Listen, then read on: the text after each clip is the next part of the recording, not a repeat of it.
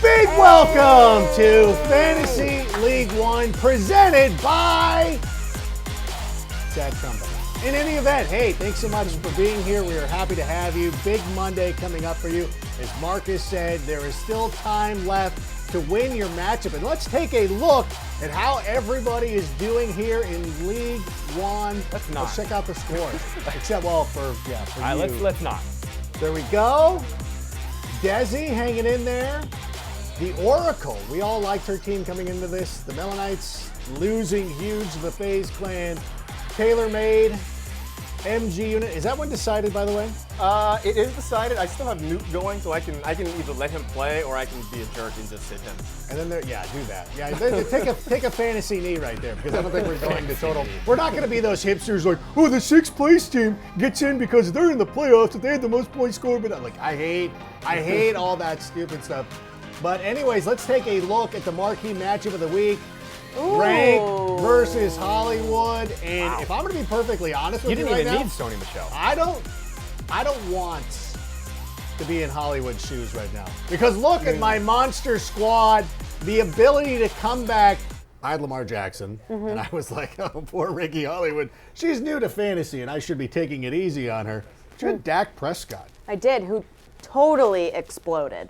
I mean, it was the Giants, so I'm not sure if we're going to see this with Dak for the entirety of the season. However, I feel like he definitely shut down all of the people that were chirping about his contract, and he answered. So I hope this fire continues for a few more games, and I think it will. He has some good matchups the next few weeks. This ball to Cooper was perfect. Oh my God! I mean, that was like one of the best throws of the week right there.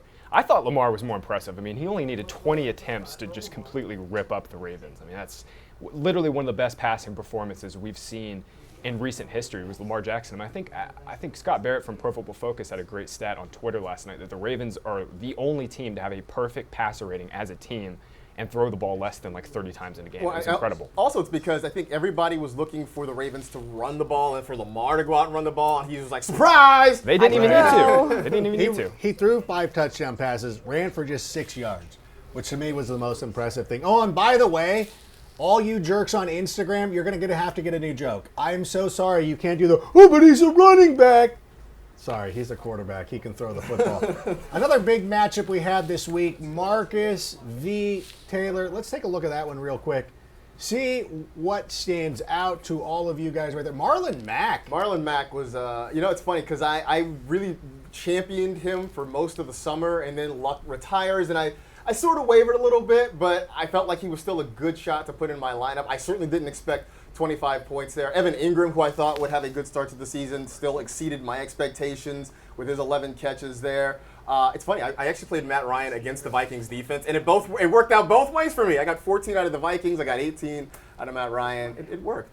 So it was a one-week thing, though, obviously. And what about going forward? I know that you started T.Y. Hilton because we were talking about it before all last week, that Jacoby Brissett is a legitimate quarterback. We had no concerns about T.Y. Hilton. But what about Marlon Mack? Is he going to be somebody that you're putting in your roster every week? I think so. I still believe in Marlon Mack. I mean, again, that offensive line is so much better now than it was a couple of years ago. Absolutely. And I think that's the big key there, that they have somebody to run behind.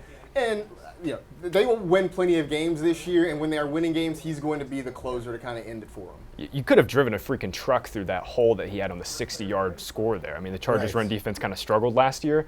That being said, the Colts' offensive line is so good. Literally one of the best 3 or 4 units in the league. Do you think Jacoby looked better? I thought he looked fantastic. Me too. I thought he did everything that Frank Reich asked him to do. They had a lot of underneath stuff, especially in the second quarter there. They really tried to get out of their way to give the ball to T.Y. Hilton underneath. I thought Brissett was pretty much stellar. I mean, he did everything they asked him to do. And if Eric Ebron didn't drop that touchdown. Yeah. Which was a laser throw, by the way. That was a dime, yeah. I mean, that's the one thing. Like we saw, I think, over the weekend, like there was a lot of misconceptions about players that now you can kind of put to bed. Because I think that and I know that Lamar Jackson was playing the Dolphins, and that's what all the haters are trying to cling to right now. But I think ultimately, when he will run a little bit, because I hate to put a spoiler alert out there, but I don't think he's going to throw 5 touchdown passes every week. What? I know. It's going to be weird. Yeah, when he starts running, that ceiling is going to get even higher. It's going to be fun. Yeah, he was my ride or die coming into the season. I boasted about it when I made that pick in the draft. Didn't work. Well, it hasn't worked out this week Oh, I have to commend weird. Erica though. Yes. Great pickup though. Getting Dak off the waiver wire after losing Luck. That was she drafted him. Oh, nice. Yeah, Even yet. better. He was injured, yeah. Oh, nice. Even better. Yeah, I was like, he'll be. We're good to go. Yeah, I really lucked out with a few players this week. Oh, my Hey. God. Oh, no. Adam is disgusted.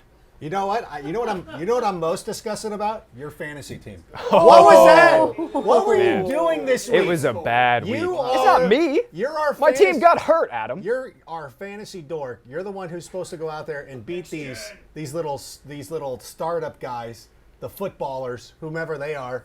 And this is not great. They're didn't tight do well end. either. They started Cam Newton. Well, their flex play is being hidden here. But yeah, Tyreek Hill got hurt. Tevin Coleman got hurt. Devontae Adams got bared. Stephon Diggs, we'll see here. Eckler was pretty Yeah, good. Eckler was the difference maker. Yeah. Oh, their for kicker them. got 16 Yeah, points. Stephon Diggs was dealing with a hammy and barely played, and the Vikings only threw the ball 10 freaking times. It was just a brutal week. The Browns' defense getting lit up didn't do you any That favors either. was- It didn't matter, though, because Eckler atrocious. dropped the near 40 bomb. Yeah, that kind of stuff happens every once in a while. But of course, you've got Deshaun Watson going this week. I only and need like 95 Now, points. listen, it's not doable. Like you're not. At Magic least happens on I have Monday. a shot. Like I'm in the ball game. For those of Would you you that you don't think know you have a rank, shot? this is sarcasm, okay? He has absolutely 0 to no chance to beat Zero me to no tonight. chance. Thank You God know the what? graphic shows we it haven't there. I've got decided 81. what you would have to do when I rally back to. You know what? I put that on myself. I don't care. Anyways, you have Deshaun Watson. You need like a 90 burger. 81 exact. But what about anybody 82. who's in a close contest tonight? What do you think they can expect from Deshaun Watson? Oh, this is like the game tonight. Texans Saints is the game. I love everything on both sides here. I actually think Duke Johnson's gonna have a fantastic game. That's what I was saying. Because the Texans should be trailing here, and I don't think Duke will leave the field very often in favor of Carlos Hyde. I'm Why really, would he? really excited for fantasy fireworks in this game tonight. You talk about that, though. I know a lot of people who think this is actually a tough matchup for the Saints for whatever reason. Is there any where does that come from? I don't think this is a tough draw at all. I mean, anytime the Saints are at home, I want pieces of them, and this Texans defense has lost a lot of talent over the last couple Well, I years. mean the Saints defense. Like, is that worrisome at all or no? Not really. I mean, their secondary is still shaky. I mean, Marshawn Lattimore is a great player, but I mean, I'm not afraid of the I secondary. mean, they're right now. a playmaking secondary, Yeah. but they will Right. give up plays Yeah. too. I think is the thing. Yeah, it's sort of like the Eagles, right? Like the Eagles have a pretty good front seven. The Saints have a pretty talented front seven too, but their secondary is not one to be afraid of. I don't think. And for speaking of fantasy. playmakers, one of the biggest playmakers in the NFL, Tyreek Hill, is out with an injury. He might end up going on the IR. What do we make of this? going I'm not forward? really sure what's going on with Hill's injury right now. I mean, we have this really murky timeline. We heard on Sunday it could be just a couple games. Now we're hearing it could be they put him on the IR boomerang and he wouldn't be back until like week 10 or 11. Right.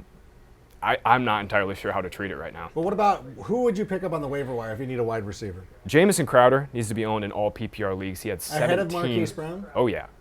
17 targets yesterday. 17 targets. Seven Ryan. significant. targets. Yeah, I mean, a lot of them were shallow, low A-dot targets, but I think Crowder is a must-own in PPR leagues. Obviously, Marquise Brown's a great pickup. Mecole Hardman, if he's available on your league wire, came in and played nearly a full snap share when Tyreek Hill left the game. I mean, you're definitely in a good spot. If you did lose Tyreek Hill like I did in League One, you're not in a terrible spot. Can I help you with Ricky's something? making What are moves you right now. doing? We're right. I'm we're doing the just show. grabbing Hollywood Brown right off the waiver wire You right understand now. how waivers work. Yeah, I'm putting in for him. She's putting in her claim right she's now. right. I'm in a putting in a claim. claim right Okay. now for him. Well, unfortunately, what about If you're this? gonna have Hollywood, number one, they have to be with Hollywood. Number two, Fair.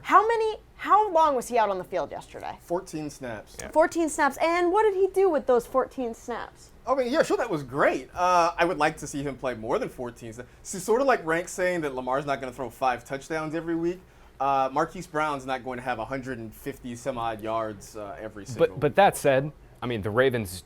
That game got out of hand super quick. I mean, RG3 is playing in the third freaking quarter. I mean, Marquise Brown he's going to be playing more as the season goes on. It's incredible too because they had a fake punt in that game. I know. Like, what is now, Finish they him. went DGAF, like seriously, in that game. Like was great. legitimately, John Harbaugh's got to have some hidden beef with Flores, right? What's even better is that I think it was 4th and 1 on their side of the field. They were at like Yeah, the 35, oh no, it 38 was- yard line, something like that. They just Didn't care. Do not Completely care. clown them on that one. You know, if we're talking wide receivers on the waiver wire, Michael Gallup's another one to Great mention call. there too, because we talked about Dak and the Cowboys and that schedule early in the season. Michael Gallup stepped up and played really well last week or on Sunday. He was the guy that I loved last year, and it just never kind of came together consistently. But I think this is a year, especially now with Kellen Moore as the offensive coordinator and them taking more shots downfield. I think this is a year that Michael Gallup steps up and plays well, and he's still out there, I think, in about 75% of NFL.com leagues. What about Randall Cobb with his 5 fantasy points? I fear Cobb will probably play third, fourth fiddle to Cooper, Gallup, and Zeke most weeks. But, I mean, if the Cowboys are kind of transitioning to this new age offense, right? Like we saw Kellen Moore like yesterday. Jason Witten. Yeah. Jason Witten can still catch the ball and fall down, at least. Yeah. But yeah. I just don't know if Cobb will see enough volume each week. That's the problem. I think Jason Witten's like that guy. Like anytime I go out, people are like, hey, do you want to go day drinking? I'm like, yeah, we're going to go to 8 bars. We're going to do all this. And then by 4 o'clock, I'm already pulling out my phone looking for my lift. Like I've had enough. I think by week 4, Jason Witten's going to be like, yeah, I've had enough, everybody. He's calling I'm gonna his go home. proverbial lift.